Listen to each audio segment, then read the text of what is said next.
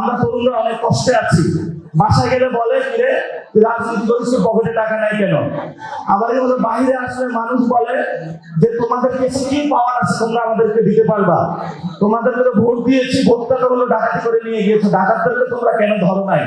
যারা আজকে বলছে যে ওয়াসিম হলো আমাদের শহীদ, কিন্তু তারা প্রতিনিয়ত সংস্কারের বিরোধী হয়ে দাঁড়িয়ে যাচ্ছে, তাহলে এটা কি শহীদদের সাথে বিশ্বাসঘাতকতার শামিল নয়? বিশ্বের নানা প্রান্ত থেকে রেমিটেন্স লেনদেনে নগদ নিয়ে এলো হার না মানা হার অফার। সর্বনিম্ন 10,000 টাকার রেমিটেন্স নগদে পাঠালে স্বর্ণের হার জেতার সুযোগ। বিদ্যালয়ের আগ মুহূর্তে দোয়া করবো সময়, এই সময় আসলে আমরা দোয়া করবো, বেশি কথা নয়, দু একটা কথা বলে আমরা শেষ করব। প্রথমত হলো যে বিষয়টা আপনাদের সামনে আমরা বলতে চাই, সেটা হলো আমরা এখানে কোনো পলিটিক্যাল লিডার হিসেবে উপস্থিত হয়নি।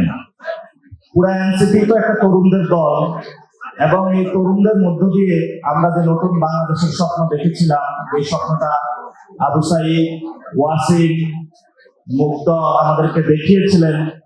সেই নতুন বাংলাদেশে যে তৎপর আমরা গঠনের প্রচেষ্টা করেছিলাম, এটা একটু থমকে গিয়েছে। সেই জায়গায় আমি একটি ছোট্ট চেহারার কথা বলবো আপনাদের সামনে। যদি কথা বলি, আপনারা একটু এদিকে যান না, আপনারা তো সবাই এখানে নেতা হয়ে গিয়েছেন, একটু এদিকে যান না। এই যে বাদাম, তুমি একটু এদিকে যাও, সবাই নেতা হলে সমস্যা আছে। তো ওয়াসিমের মুখটা কিন্তু আপনারা চিনেন, যে মুখটা হলো সকলের সামনে ভেসে আসে। আবু সাইদ যেভাবে হাত দাঁড়িয়েছিল, ওনারা কেন শহীদ হয়েছিল সেই বিষয়টা আজকে বাংলাদেশের মানুষ ভুলে গিয়েছে। ওনারা একটি নতুন বাংলাদেশ গঠন করতে চেয়েছিল, যেই বাংলাদেশে খুনি হাসিনা যারা আমাদের উপরে খুনের রাজত্ব চালিয়েছিল, ফেসিস্ট একটা কাঠামো আমাদের উপরে নির্মাণ করে বাংলাদেশের অগ্রযাত্রাকে বাধা সৃষ্টি করেছিল, সেই যাত্রাকে থেকে আমরা বের হয়ে নতুন একটি সাম্য, মানবিক এবং ন্যায় বিচারের বাংলাদেশ গঠন করব। সেই জন্য ৭১-এ যারা শহীদ হয়েছিলেন, ২৪-এ যারা শহীদ হয়েছিলেন, এই জন্য জীবন দিয়েছিলেন। যারা আজকে বলছে যে ওয়াসিম হলো আমাদের শহীদ, কিন্তু তারা প্রতিনিয়ত সংস্কারের বিরোধী হয়ে দাঁড়িয়ে যাচ্ছে, তাহলে এটা কি শহীদদের সাথে বিশ্বাসঘাতকতার শামিল নয়? এটা তো শহীদদের সাথে বিশ্বাসঘাতকতার শামিল। আমরা যে নতুন বাংলাদেশটা গঠন করতে চাই, তরুণ প্রজন্ম, এখানে আমাদের 3টা কাজ আছে। একটা কাজ হলো বিল্ড ইউর ক্যারেক্টার, অর্থাৎ আমাদেরকে একটা ক্যারেক্টার হিসেবে মানুষের সামনে উপস্থিত হতে হবে। বড় বড় নেতা হিসেবে মানুষের সামনে উপস্থিত হতে হবে না, মানুষের কাছে যেতে হবে যে মা বাবা আপনাদের কি সমস্যা, এই সমস্যাগুলোর আমরা সমাধান করতে চাই, আমরা সমাধানের রাজনীতিটা করতে চাই। আমরা আপনারা যাবেন যে অনেক বৃদ্ধ বাবা মা যারা চিকিৎসার অভাবে অনেক কষ্টে আছে, তরুণদের পকেটে টাকা নাই, তারা বিয়ে করতে পারে না, তাদের মেন্টাল হেলথের সমস্যা হচ্ছে, এবং তরুণরা একটা ফ্রাস্ট্রেশনের মধ্যে দিয়ে চলে যাচ্ছে। অথচ বাংলাদেশের 50% তরুণ। তাহলে এই মানুষগুলোর সমস্যার সমাধান আমরা কিভাবে করব, সেই প্রচেষ্টাটা প্রতিনিয়ত ইনোভেটিভ চিন্তা করা, এবং সেই ইনোভেটিভ চিন্তা থেকে সমস্যার সমাধানের চেষ্টা করা। এখন এই সমস্যার সমাধানের চেষ্টা করতে গিয়ে যদি আপনারা উপস্থিত হন, ভাই সব আমি বড় রাজনৈতিক ব্যক্তিত্ব, আপনারা শুনতে হবে, মানতে হবে, এটা করতে হবে, এগুলো করলে হবে না। আপনার একটা সফট ক্যারেক্টার ক্রিয়েট করতে হবে, যেটার মধ্যে দিয়ে ভালোবাসা সবার মধ্যে ছড়িয়ে দিতে হবে। এই ভালোবাসার মধ্য দিয়ে মানুষ যখন আপনাকে দেখবে, তখন আপনাকে ভয় পাবে না, বরঞ্চ ভালোবাসার সহিত আপনাকে জড়িয়ে দিবে। দ্বিতীয় যে বিষয়টা, সেটা হলো সার্ভিং দ্য পিপল। আমরা পাওয়ার পলিটিক্স করি না, আমরা হলো মানুষকে সেবার রাজনীতি করব। মানুষের কাছে যাব, তাদেরকে সেবা দেব, সেই সেবার মধ্য দিয়ে মানুষ আমাদেরকে ভোট দিবে, এই ভোটকে ক্যারি করে নিয়ে আমরা সংসদে দিয়ে যাব, এবং স্টেট থেকে মানুষের যে সমস্যাগুলো রয়েছে সেগুলো আমরা সমস্যার সমাধান করব। এটা হলো আমাদের প্রতিনিয়ত কাজ। এখন তরুণদের সামনে বড় একটা সমস্যা রয়েছে, সেটা হলো পুরো বাংলাদেশের যেটা সমস্যা, সেটা হলো দুর্নীতি। দুর্নীতি বাংলাদেশে একদম প্রেসিডেন্ট হাউস থেকে প্রধানমন্ত্রী থেকে শুরু করে যতগুলো হাউস আছে, প্রত্যেকটা হাউস হলো দুর্নীতিতে নিমন্ত্রিত।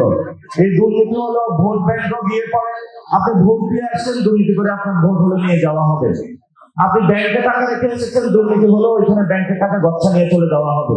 তা আমরা যদি এই সিস্টেম গুলো ঠিক করতে না পারি, তাহলে বাংলাদেশের যে অগ্রযাত্রা, সেটা আমরা পাবো না। এই জন্য যারা সরকার দলে এসেছেন, আপনারা যেভাবে আসুন না কেন, ঠিক আছে এসেছেন, আপনাদের কাছে আমাদের আবেদন থাকবে একটা, 2001 থেকে 2006 পর্যন্ত যে ভুল আপনারা করেছিলেন, দুর্নীতির সাথে নিমজ্জিত হয়েছিলেন, এই ভুল এবার করবেন না। আমরা শুনতে পাচ্ছি প্রশাসনের বিভিন্ন জায়গায় বড় বড় যে পোস্টিং গুলো রয়েছে 50 কোটি 100 কোটি 150 কোটি 200 কোটি টাকা দরে বিক্রি হচ্ছে মাছ বাজার গরু বাজারের মতো। তো এই রাষ্ট্র তো আমরা চাই নাই। বাংলাদেশ ব্যাংকে এক সোয়েটার ব্যবসাকে নিয়ে আসা বসায় দিছে, যেখানে আমাদের সবচেয়ে বড় এই সময় হলো ইকোনমিক ক্রাইসিস। এই ইকোনমিক ক্রাইসিসের সময় তারা এমন একজনকে দায়িত্ব দিয়েছেন যিনি আসলে ইকোনমিক ক্রাইসিস থেকে বাংলাদেশের উত্তরণ ঘটাইতে পারবেন না। তাহলে আপনারা কি হলেন যে না আমার যেখানে হোক দলীয় লোক বসাতে হবে, বাংলাদেশের তরুণ সমাজের কি হলো সেটা আমার দেখার দরকার নাই, আমার দলীয় লোকগুলো মোটামুটি সেটেল করতে হলো হবে। আগে ছিল হাওয়া ভবন, তারপরে হলো লন্ডন ভবন, এখন হলো গুলশান ভবন। তো একই পরম্পরাতে তারা আইসা সেই ভবনগুলো দখল দিয়েছে এবং বাংলাদেশে এগুলো রাজত্ব কায়েম করার চেষ্টা চালাচ্ছে। এখন তারা হলো, আমি গতকালকে তারেক রহমানকে বলেছিলাম, আমি বাসায় যখন যাই বুয়া এসে বলে ফ্যামিলি কার্ড দেন। ফ্যামিলি কার্ড কি আপনার শুধু ফায়দা উঠে বাংলাদেশে এই জন্য আমরা তাদেরকে বলবো যে আপনি ঠিক আছে যারা অসহায় মানুষ রয়েছে তাদের জন্য ফ্যামিলি কার্ড দিয়েছেন, তা আমাদের তরুণদের জন্য আপনি কি করেছেন? স্টেটের কোনো প্যাকেজে তো আমাদের তরুণদের জন্য কোনো কিছু নাই। আপনাদের যে 31 দফা ছিল সেখানে তরুণদের যে দফাটা ছিল সেটা আমরা আগেও বলেছিলাম এটা বোগাস একটা দফা। ইলেকশনের পর পর্যন্ত বাংলাদেশের 50% তরুণ, জীবন দিল তরুণরা, রক্ত দিল তরুণরা, তরুণদের রক্তের উপরে আপনারা ভর করে ক্ষমতায় গেলেন, ক্ষমতায় গিয়ে তরুণদের কথা ভুলে গেলেন। এটা হলো নিমখারামের রাজনীতি। এই জন্য সরকারকে আমরা আহ্বান জানাবো, আমরা তরুণরা অনেক কষ্টে আছি। বাসায় গেলে বলে কিরে রাজনীতি করিস, পকেটে টাকা নাই কেন? আমাদের হলো বাইরে আসলে মানুষ বলে যে তোমাদের কাছে কি পাওয়ার আছে তোমরা আমাদেরকে দিতে পারবা? তোমাদেরকে ভোট দিয়েছি, ভোটটা তো হলো ডাকাতি করে নিয়ে গিয়েছো, ডাকাতদেরকে তোমরা কেন ধরো নাই? যেখানে যাই গার্লফ্রেন্ডের কাছে তরুণদের বলে তুমি আমাদের কবে বিয়ে করবা, তরুণ বলে যে আমার পকেটে টাকা নেই। আবার হলো ক্লাসের মধ্যে বিভিন্ন জায়গায় হলো ক্লাস শেষে আমরা বসে আছি, সেখানে হলো পড়াশোনা শেষ করি, চাকরিতে যাব, এই তুমি চাকরি করতে আসো, তুমি কি বিএনপির কোনো অঙ্গ সংগঠনে তোমার নামটা লিখিত আছে, তোমাকে আমি চাকরি দিতে পারবো না। এই যদি তরুণদের অবস্থা, তাহলে আমরা তরুণদের কিভাবে বাংলাদেশটা ঠিক করবো? এই জন্য আমরা তরুণদের জন্য একটি সাম্য, মানবিক মর্যাদা এবং ন্যায় বিচারের রাষ্ট্র চাই, যেখানে আমরা সুন্দর মতন বিয়ে করতে পারবো, পকেটে টাকা থাকবে আমাদের, যেখানে আমরা মা বাবার কাছে টাকা নিয়ে তুলে দিতে পারবো, যেখানে আমরা একটি নতুন বাংলাদেশ নিয়ে সবাই সুখে শান্তিতে বসবাস করতে পারবো। এটা কোনো রকেট সায়েন্স না, এটা সিম্পল হিসাব। এই সিম্পল বিষয়ে প্রধানমন্ত্রীকে বুঝতে হবে। আপনি নিজেকে দাবি করতে হবে না যে আমি তরুণদের পক্ষে।